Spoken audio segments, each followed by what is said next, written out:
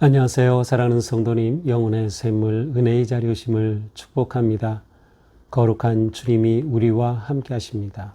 우리와 함께 하시는 주님을 찬양합니다. 기도합시다. 주님 감사합니다. 주님의 그 크고 놀라우신 은혜와 사랑에 감사드립니다. 삶의 다양한 아픔과 위기, 어려움에도 불구하고 저희들은 하나님의 사랑이 있기에, 우리를 향한 하나님의 선한 뜻이 있음을 믿기에, 또한 하나님께서 저희들을 인도하시고 품으시며 선하고 복된 길로 이끄심을 신뢰하기에 오늘도 저희들은 주님의 말씀을 사모하며 주님 앞에 섭니다. 이 시간 성령님께서 우리의 마음을 새롭게 하여 주시고 저희가 오직 주님의 말씀 굳게 붙잡고 말씀 위에 든든하게 우리의 믿음의 집을 세워가는 복된 하루가 될 수 있도록 성령님 인도하여 주시옵소서. 예수님 이름으로 기도합니다. 아멘. 오늘 말씀은 데살로니가 후서 3장 1절에서 18절입니다. 끝으로 형제들아, 너희는 우리를 위하여 기도하기를, 주의 말씀이 너희 가운데서와 같이 퍼져나가 영광스럽게 되고 또한 우리를 부당하고 악한 사람들에게서 건지시옵소서 하라. 믿음은 모든 사람의 것이 아니니라. 주는 미쁘사 너희를 굳건하게 하시고 악한 자에게서 지키시리라. 너희에 대하여는 우리가 명한 것을 너희가 행하고 또 행할 줄을 우리가 주 안에서 확신하노니, 주께서 너희 마음을 인도하여 하나님의 사랑과 그리스도의 인내에 들어가게 하시기를 원하노라. 형제들아, 우리 주 예수 그리스도의 이름으로 너희를 명하노니, 게으르게 행하고 우리에게서 받은 전통대로 행하지 아니하는 모든 형제에게서 떠나라. 어떻게 우리를 본받아야 할지를 너희가 스스로 아나니, 우리가 너희 가운데서 무질서하게 행하지 아니하며 누구에게서든지 음식을 값없이 먹지 않고 오직 수고하고 애써 주야로 일함은 너희 아무에게도 폐를 끼치지 아니하려 함이니, 우리에게 권리가 없는 것이 아니요 오직 스스로 너희에게 본을 보여 우리를 본받게 하려 함이니라. 우리가 너희와 함께 있을 때에도 너희에게 명하기를, 누구든지 일하기 싫어하거든 먹지도 말게 하라 하였더니, 우리가 들은즉 너희 가운데 게으르게 행하여 도무지 일하지 아니하고 일을 만들기만 하는 자들이 있다 하니, 이런 자들에게 우리가 명하고 주 예수 그리스도 안에서 권하기를 조용히 일하여 자기 양식을 먹으라 하노라. 형제들아, 너희는 선을 행하다가 낙심하지 말라. 누가 이 편지에 한 우리 말을 순종하지 아니하거든 그 사람을 지목하여 사귀지 말고 그로 하여금 부끄럽게 하라. 그러나 원수와 같이 생각하지 말고 형제같이 권면하라. 평강의 주께서 친히 때마다 일마다 너희에게 평강을 주시고 주께서 너희 모든 사람과 함께 하시기를 원하노라. 나 바울은 친필로 문안하노니 이는 편지마다 표시로서 이렇게 쓰노라. 우리 주 예수 그리스도의 은혜가 너희 무리에게 있을지어다. 아멘. 자, 바울은 이제 이 데살로니가 후서를 마무리하면서 먼저 기도를 요청합니다. 끝으로 형제들아, 너희는 우리를 위하여 기도하기를, 주의 말씀이 너희 가운데서와 같이 퍼져나가 영광스럽게 되고. 바울은 성도들에게 기도를 요청하죠. 자, 바울과 성도들은 비록 지금 헤어져 떨어져 있지만 기도를 통하여 서로 연결되고 기도를 통하여 또한 서로 하나님과 연결되어 있음을 알 수 있어요. 자, 근데 바울이 기도하면서 요청하는 것은 무엇입니까? 주님의 말씀이 영광스럽게 되기를 요청하고 있어요. 진리가 분명하게 드러나기를, 진리가 진리로서 데살로니가에서 빛나는 그러한 놀라운 열매가 되기를 기도하고 있는 것이죠. 그만큼 바울은 데살로니가 교회 성도들에게 진리의 말씀을 통하여 잘못된 자들이 돌아오고 거짓된 가르침에 빠지지 아니하며 온전하고 건전한 그리고 건강한 믿음의 공동체가 되기를 원하였던 것이죠. 또 말합니다. 2절, 우리를 부당하고 악한 사람들에게서 건지시옵소서라. 자, 첫 번째는 말씀이 영광을 받도록 기도해달라. 두 번째는 뭐예요? 악한 사람에게서 건져주시기를. 바울과 일행을 악한 사람들에게서 건져주시기를. 자, 바울을 해방하는 자들이 있었어요. 또 바울을 모함하는 자들도 있었고요. 특별히 유대인들 가운데 그런 자들이 있었고요. 또한 이 뒤에는 무엇보다 사탄의 악한 세력이 있는 것이죠. 그래서 이러한 것으로부터 하나님께서 건져주시기를 너희가 기도하라. 하나님의 보호하심을 기도해 달라고 요청합니다.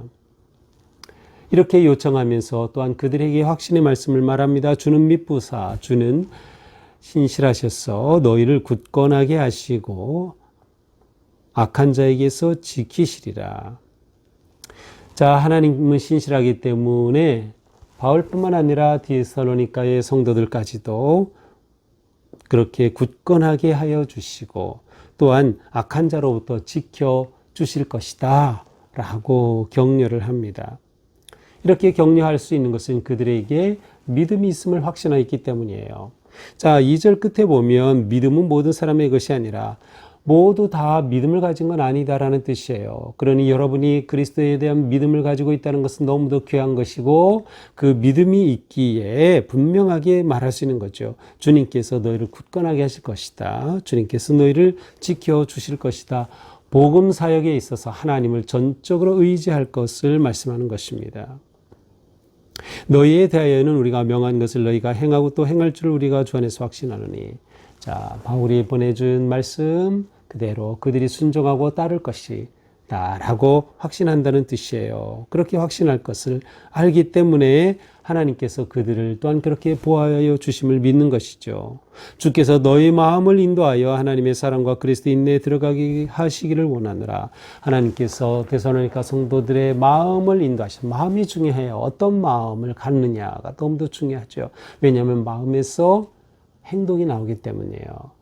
그래서 그 마음에서 행동이 나고 행동이 사람들을 세울 수도 있고 아니면 여기 있는 거짓 악한 자들처럼 거짓 교리, 거짓 가르침을 퍼뜨릴 수도 있어요. 그래서 사람들을 고통에 몰아넣을 수도 있는 것이에요. 마음이 중요하다. 그래서 하나님께서 너희 마음을 인도하여 주신다.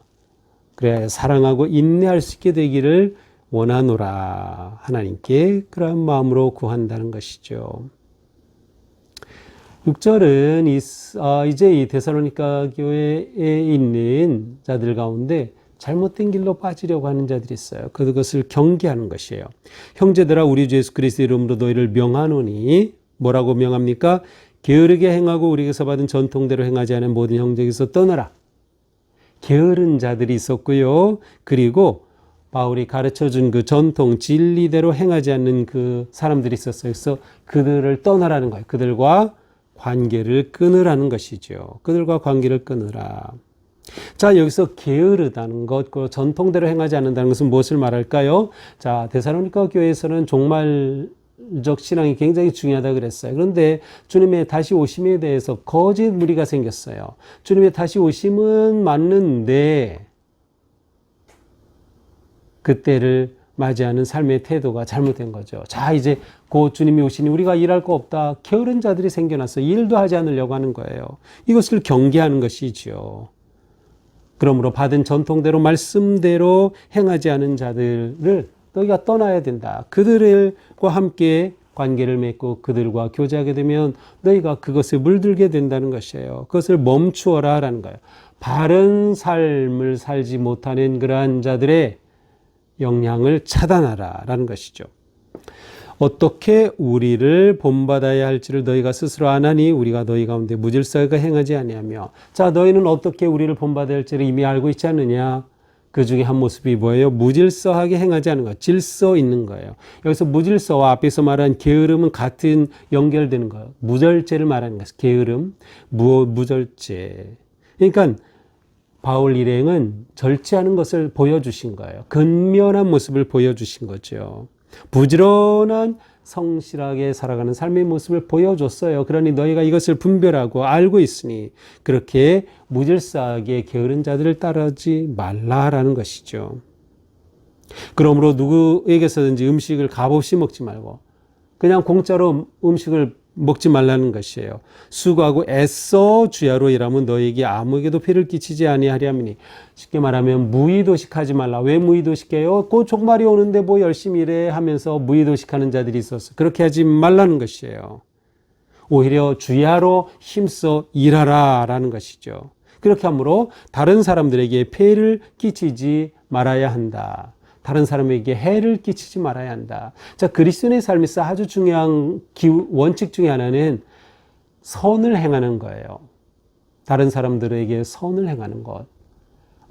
악을 행함으로 해를 끼치지 않는 게 너무도 중요해요. 이것은 우리가 지금도 살아가면서 우리가 가지고 있어야 할 삶의 철학이어야 돼요. 나는 다른 사람들에게 해를 끼치지 않겠다. 나는 다른 사람들에게 피해를 끼치지 않겠다라는 것이죠. 여기서 특별히 피해를 끼치는 것은 무의도식하면서 사람들에게 짐이 되는 것을 의미하는 것입니다. 자, 바울은 자신들의 이야기를 하고 있어요. 우리에게 권리가 없는 것 아니요 오직 스스로 너에게 본을 보여 우리를 본받게 하려 함이라. 권리가 없는 것 아니라 이것은 바울과 그 일행이 데살로니가에 있을 때에 그들로부터 먹을 것을 자 우리 먹을 것 주시오 라고 말할 권리도 있었어요. 하나님의 복음을 전하고 그들을 돌보고 목회하면서 그럴 권리가 있었지만 그거 우리가 요구하지 않았다는 거죠.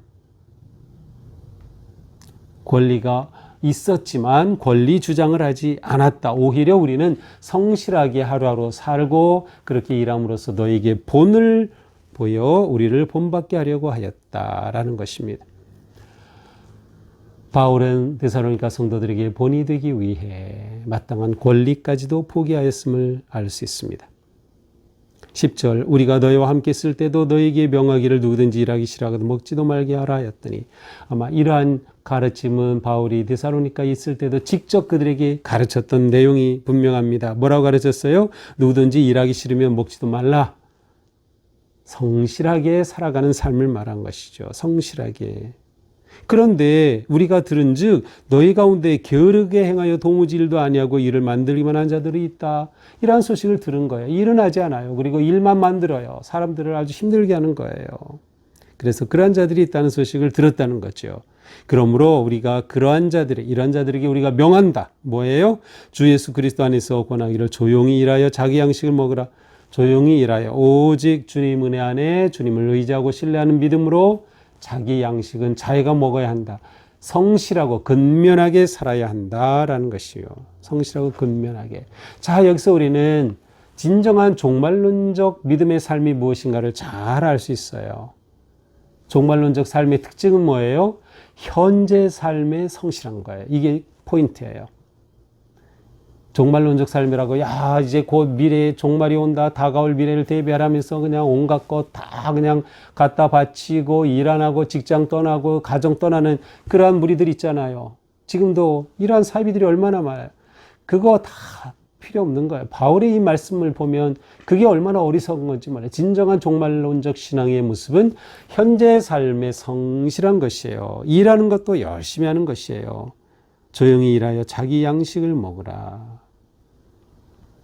형제들아 너희는 선을 행하다 낙심하지 말지어다. 그렇습니다.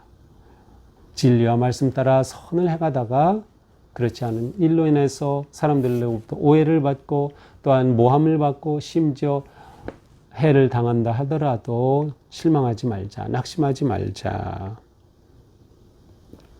누가 이 편지에 대한 우리말을 순종하지 아니하거든 그 사람을 지목하여 사귀지 말고 그로 하여금 부끄럽게 하라.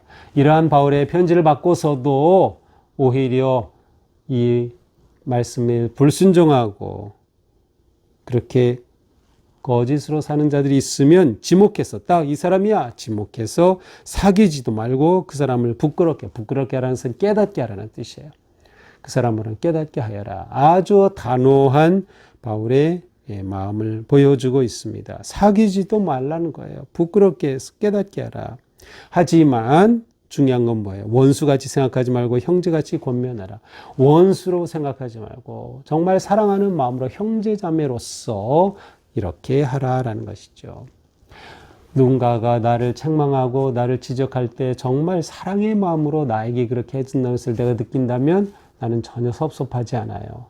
오히려 고마움을 느끼겠죠. 바로 그렇게 해야 된다는 거예요. 성도 간의 관계가 그러해야 한다는 거. 모든 것은 다 사랑으로부터 우러러 나오는 권면이 되고 사랑으로부터 우러러 나오는 책망이 되어야 하는 것이죠.